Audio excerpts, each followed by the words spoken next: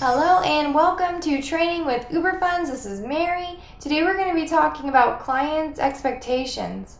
Our first topic is going to be involvement.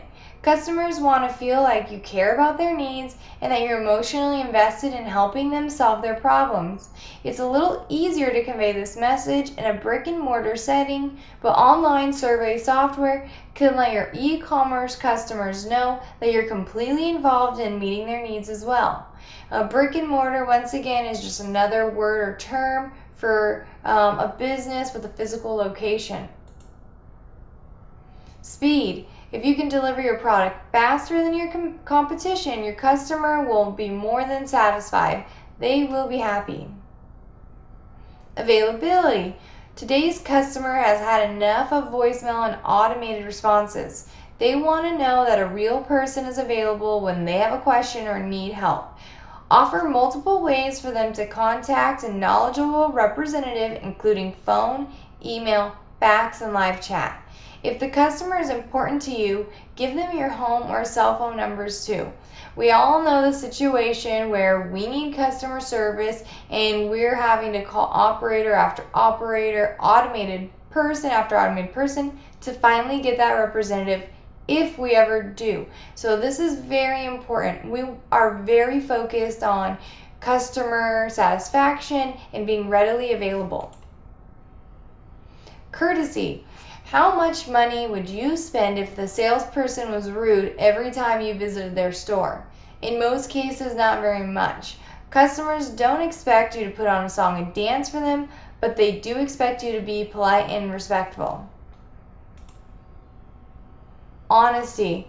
If you fail to live up to your promises, not only will you have an unsatisfied customer on your hands, but they will spread the news of your broken promises to anyone that will listen. The best practice is to underpromise and overdeliver. A customer who is pleasantly surprised will be just as anxious to tell everyone about their positive experience. So honesty, of course, is always the best policy.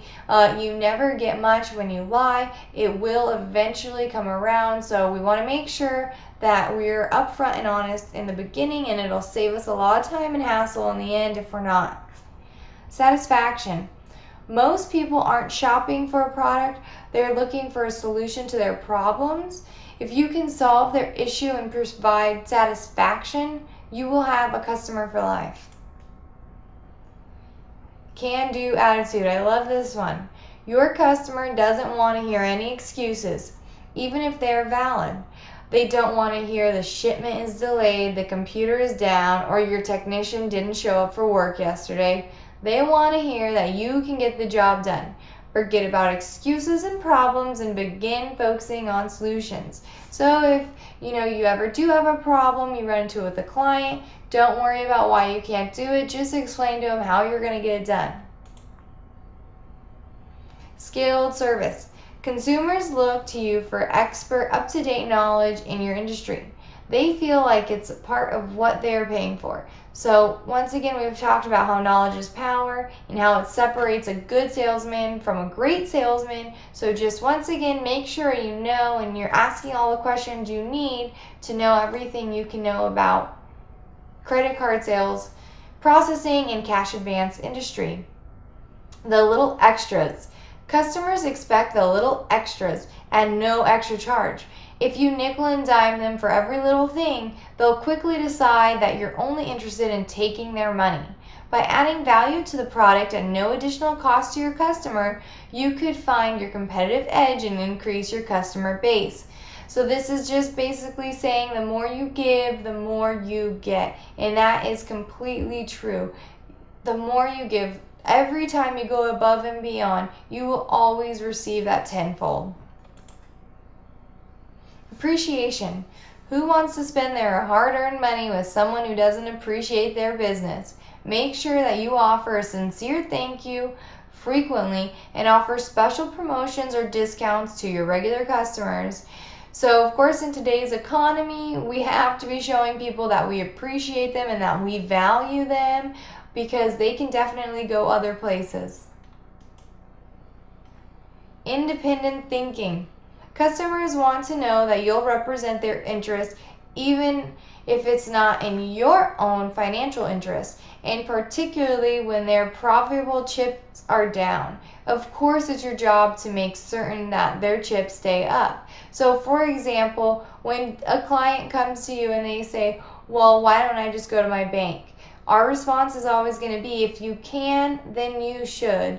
We want what's best for the customer. The more successful they are, the more successful we are. If we give them a bad deal, we will not be successful.